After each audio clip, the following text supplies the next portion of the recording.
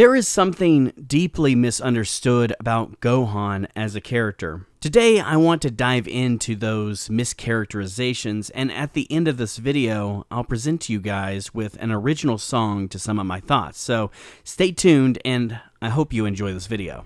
Imagine being 4 years old and at the start of your consciousness being formed, when you will truly start having your earliest memories, you realize that you are very different than the people around you. For one, you have the tail of a monkey. Your mother says that it just means you're different, you're quirky.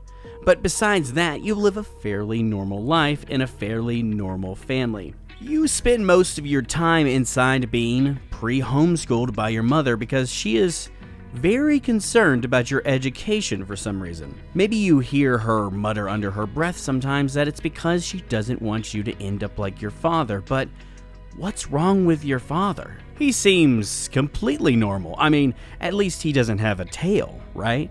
Your dad fishes by fighting sea monsters. He can fly with you on his shoulders on a cloud he calls Nimbus. Your dad is a superhero. You knew no matter what, you were safe and you were happy because he was there. You, your mother, and father lived a pretty secluded life until one day, Dad wants to introduce you to his old friends. All is well and good until your uncle, who you've never met, drops by. Your dad is pretty surprised at this arrival, and that's when things start to get blurry. Now, we're talking in the context of an anime, a cartoon if you will, but imagine the early trauma you must experience being kidnapped by someone who claims to be a family member. After they easily incapacitated your father, the one you look up to like he's invincible. Your memory of these events start to become black and white, noisy like an old broken VHS tape. Like the ones my own father used to buy me so we could keep up with the latest Dragon Ball Z episodes before they aired on Toonami. So you can guess, when I first started watching Dragon Ball, I wasn't much older than Gohan was at this point.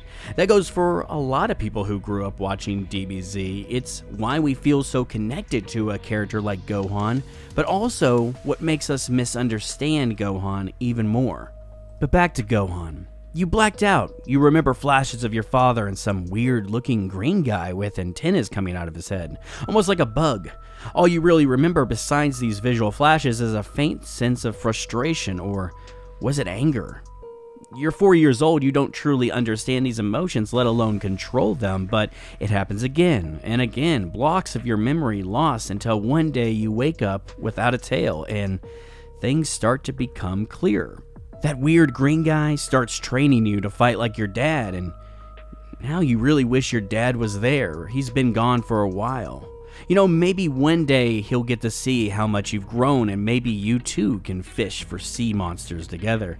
Maybe you can help your dad fight crazy long-lost family members from your father's past. Cut through a series of unfortunate events, you watch as your new green friend Mr. Piccolo dies protecting you, someone who became a father figure to you in your own father's absence. Then your father returns stronger than ever, your superhero. And of course, he defeats the enemy and saves the world. You travel to another planet to get the Dragon Ball so you can revive the ones who died in the last battle, like your friend Piccolo, and your dad ends up saving you again when things go wrong, finding a new power to defeat the enemy, and this time saves the universe. Your perception of Goku, your father, who has saved the world multiple times at this point, is and always will be one of a protector, who makes you feel safe, who makes everyone feel safer. No matter what, you can always rely on your father to save the day. He is your superhero. Compared to him, who are you?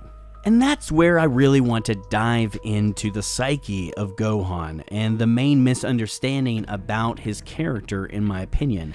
By the time we get to the Cell Saga, Gohan is turning 10 years old.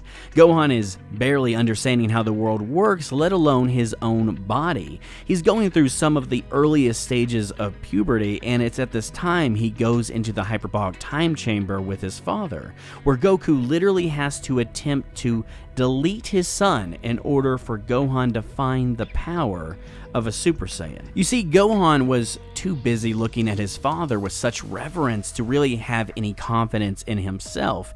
He would always see himself as that same kid 6 years earlier, and for good reason. He still is that kid.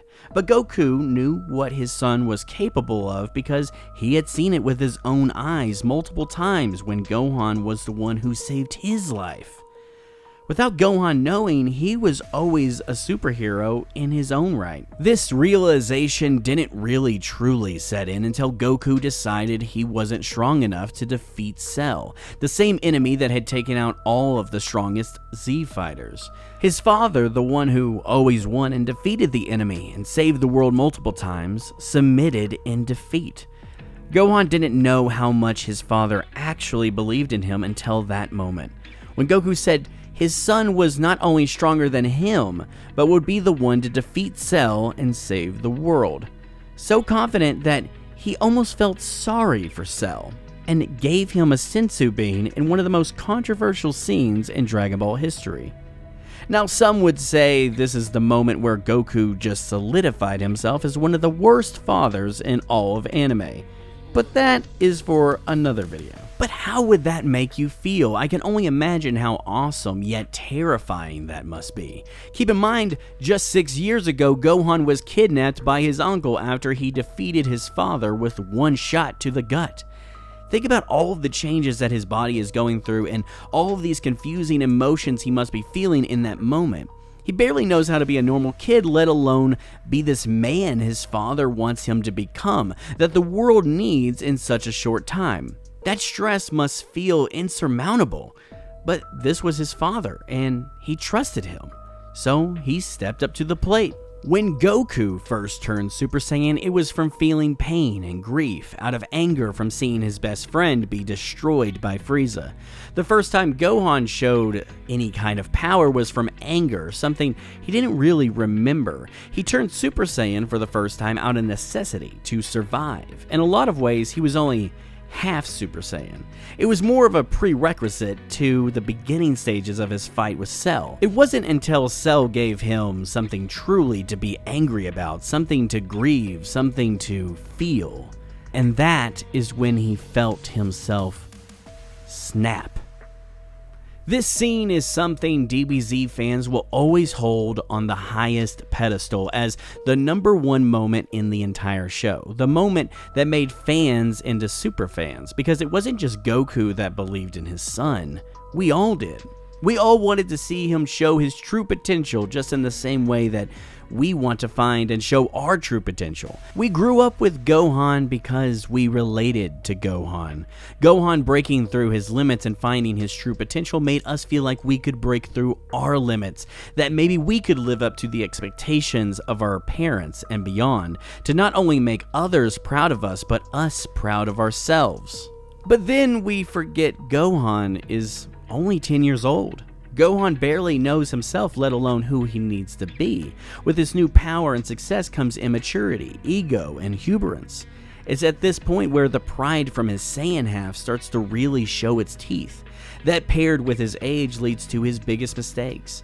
Not only just in this moment, but in the future. Even as a teenager, a young adult, his overconfidence gets him in trouble, where eventually it's his father that has to save the day. Gohan could quite possibly be the strongest character out of all the Z Fighters, but his weakness comes from his inexperience and the way he views himself and others around him. You know, the reason Gohan dresses up as a superhero is because that's how he looks at his father. It's a mask he wears. He's just cosplaying. He doesn't truly look at himself as stronger than his father or even on equal level, let alone the protector of Earth, because Goku will always be there. Piccolo will always be there. But Gohan, now as a father himself, focuses on being there for his family in a way that his father couldn't always be there for him. Gohan doesn't want to put his life on the line and possibly have to leave his family behind if the world already has the Z Fighters to protect Earth. It's how his mother raised him, and it's not really wrong. It's almost noble. But as much as he would like to be normal and ignore what's inside of him, the power inside of him, those Same monsters he used to be afraid of underneath his bed as a kid that live inside of him now. If he's pushed too far, he'll have to let them out of the cage. Because Gohan will always be a last resort, even if he's the strongest option. Even if he feels like he isn't the protector of the Earth, he'll always be its last line of defense. It doesn't matter how we feel he should be. It doesn't matter how much we want him to be the next Goku, to be the superhero. That's just not his character. That's not Gohan. That is until one day he snaps.